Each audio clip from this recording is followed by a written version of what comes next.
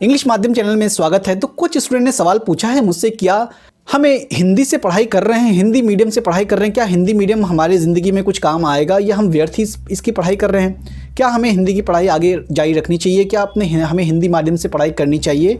क्या हम इससे कामयाब हो सकते हैं? अगर आपके मन में इस तरह का सवाल है तो ये वीडियो आपके लिए है। देखिए दोस्तों, मैं आपको बता दूं कि ये देश भारत है।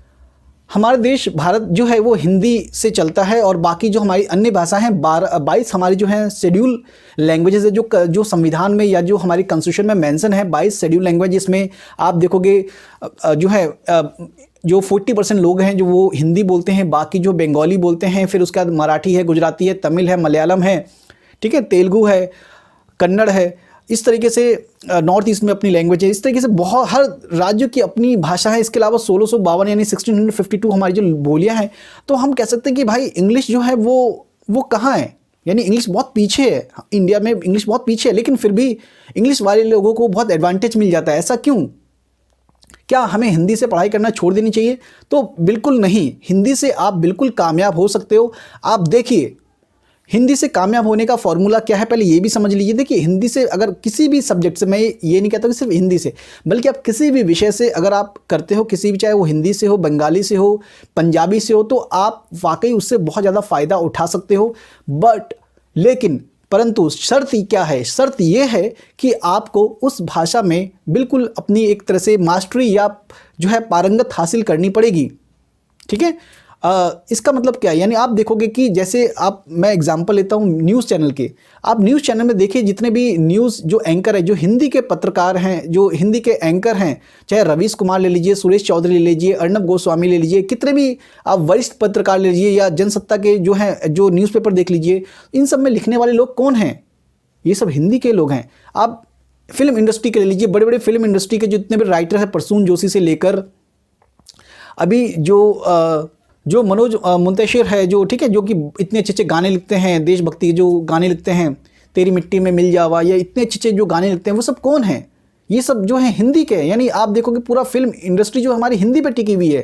ठीक है, हिंदी पे टिकी हुई। तो अगर आपको इस लेवल की हिंदी सीखनी है, इस लेवल का आपको अगर कुछ हुनर है, तो हिंदी को बिल्कुल मत छोड़िए। बहुत सारे हिंदी के टीचर, इसमें आपकी जॉब लगेगी, प्रोफेसर में आपकी जॉब लगेगी, मैंने कहा लेखन में तो आपकी जॉब लगेगी ही लगेगी, इसके अलावा राजभाषा में आपकी जॉब लगेगी। ठीक है, तो जिसको हिंदी में कैरियर बनाना है वो हिंदी से करिए।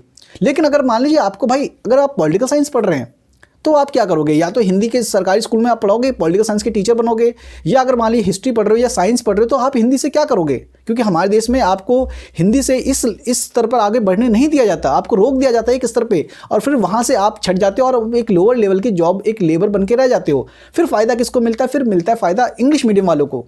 आप देखोगे यूपीएससी में रोक दिया जाता है, बाकी आईआईटी वगैरह में रोक दिया जाता है, इसी तरीके से गवर्नमेंट जॉब में आपको रोका जा रहा है। ठीक है, अब जो धीरे धीरे हर जगह बैंकिंग सेक्टर में आपको रोक दिया जाएगा। तो अगर आपको इन सेक्टर्स में जाना है, इन सेक्टर्स में अगर आपको नौकरी करनी है, तो मैं वाकई कहूँगा कि आपको हिंदी बिल्कुल नहीं पढ़नी चाहिए। मतलब हिंदी तो आपको आती होगी, पढ़ना लिखना तो आपको आता ही होगा, लेकिन आपको उसमें मतलब विषय में एक तरह से आपको मास्टरी हासिल नहीं करनी चाहिए। आपको मास्टरी हासिल करनी चाहिए इंग्लिश में। ठीक है, तो अगर आप हिंदी मीडियम के स्टूडेंट हैं तो ये आपके लिए बहुत ज़्यादा, मैंने बताया कि ये वीडियो आपके लिए बहुत ज़्यादा काम कर है। और अभी से अगर आपकी उम्र बहुत कम है और आप हिंदी बेल्ट से हो और आपने सोचा कि मैंने हिंदी मीडियम से पढ़ाई करी, क्या मैं अब इंग्लिश सीख सकता हूँ? बिल्कुल सीख सकते हो। आपके पास अभी मान लीजिए ग्रेजुएशन तक अगर आपके पास टाइम है, अगर आप मान लीजिए अभी 10वीं में हो, 12वीं में हो, तो आपके पास 3 साल है, 4 साल है, तो इसमें आपको इंग्लिश बहुत अच्छी करनी है। ठीक है, अगर मैंने बताया ना, इस फील्ड में अगर आप जानिए, अगर आपको पत्रकारिता में जानी है, तो आप बिल्कुल हिंदी से डटे रहिए और हिंदी से बहुत अच्छा करिए। और बहुत अच्छा कर रहे हैं यार।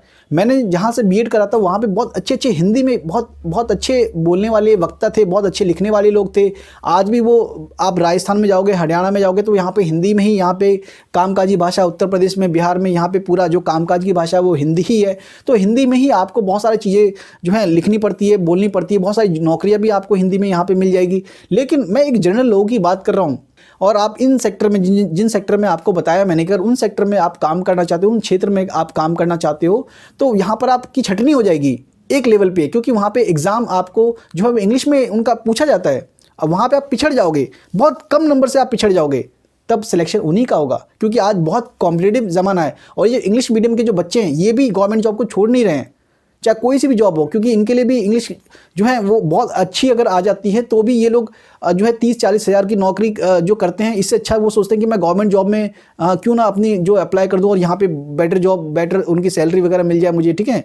लोग जो इंग्लिश 25,000 से स्टार्ट करते हैं, ठीक है, और उनको 30-40 हज़ार वगैरह इंग्लिश में मिल जाते हैं, लेकिन फिर भी वो गवर्नमेंट जॉब की तरफ भाग रहे हैं, वो हिंदी मीडियम के बच्चों की जॉब खा रहे हैं।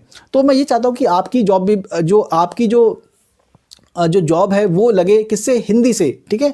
तो आपको क्या है, अगर आप हिंदी से ही करते हैं तो ये आपके लिए बहुत बेहतर होगा कि आप अपने हिंदी मीडियम में डटे रहें और उस क्षेत्र में जाए जिस क्षेत्र में आपको वाकई कैरियर बनाना है। लेकिन अगर आपको प्राइवेट सेक्टर में अगर आपको अपना कैरियर बनाना है तो वहाँ पर आपको इंग्लिश सीखना बहुत ज़्यादा ज़रूरी है, क्योंकि बहुत बहुत ज़्यादा डिफ़िकल्ट हो जाता है। आपको एक तरह से पूरा कंपटीशन का ज़माना है और सरकार भी अब चाहती है कि आपको इंग्लिश सिखाया जाए। सब्जेक्ट रहा है वो पॉलिटिकल साइंस रहा है, साहित्य का मैं विद्यार्थी नहीं रहा हूँ और मुझे साहित्य बहुत अच्छा भी लगता है, चाहे इंग्लिश का साहित्य हो चाहे हिंदी का साहित्य हो, बहुत अच्छा लगता है।